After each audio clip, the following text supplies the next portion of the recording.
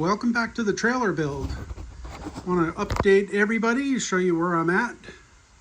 I'm finishing up just about the second week of this build, even though it's probably been closer to 3-4 weeks your time. But there's been some other things I've been working on besides the trailer.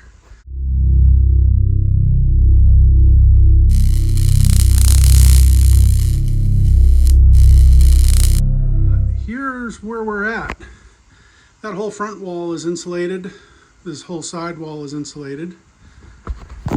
I'm hoping by the end of tonight this wall will be insulated. And the ceiling. The ceiling has reinforcements on every beam that I've added. Those are glued in and screwed.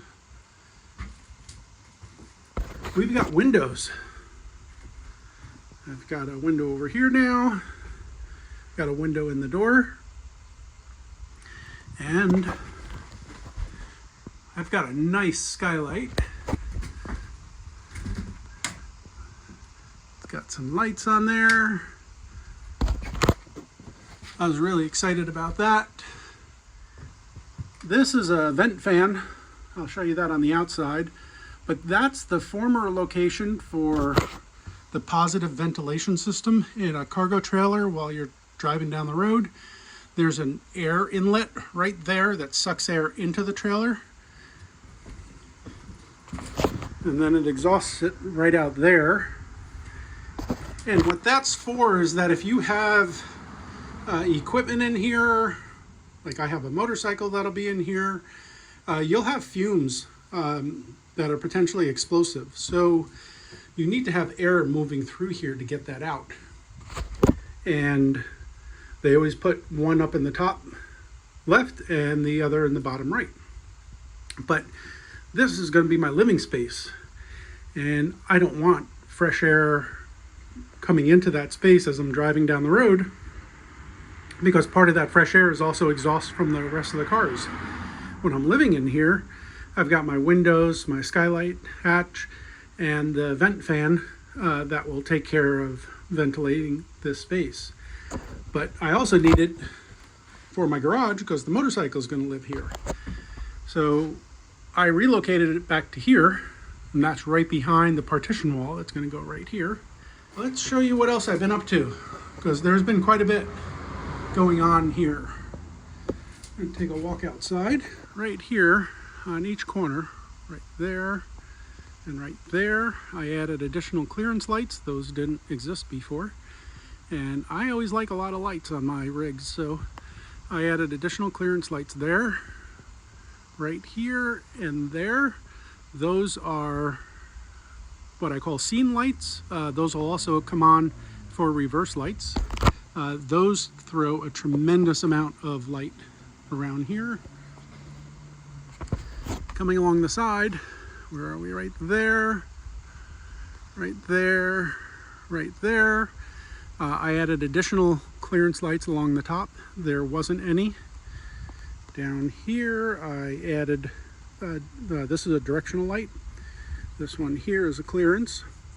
I added this, so on this long rig, if you're pulling up next to me and I need to turn, you'll be able to not only see my directional there, but there, and then on the rear.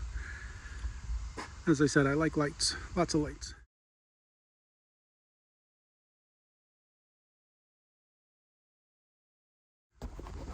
You'll see also we have 2 scene lights on the side here, as well as the other side.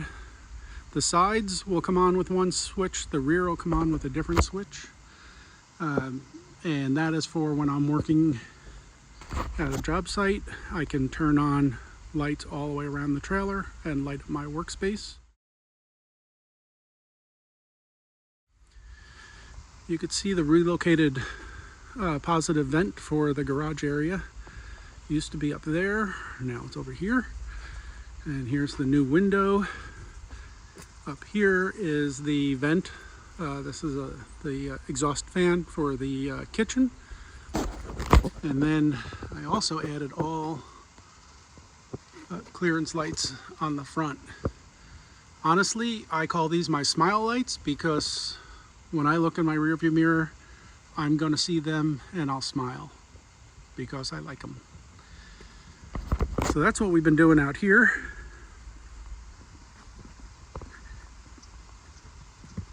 Take you around this side. You'll see the same thing. So there you can see the window and the door. You can see the lights I added all the way across the top. Double scene lights and another directional down there.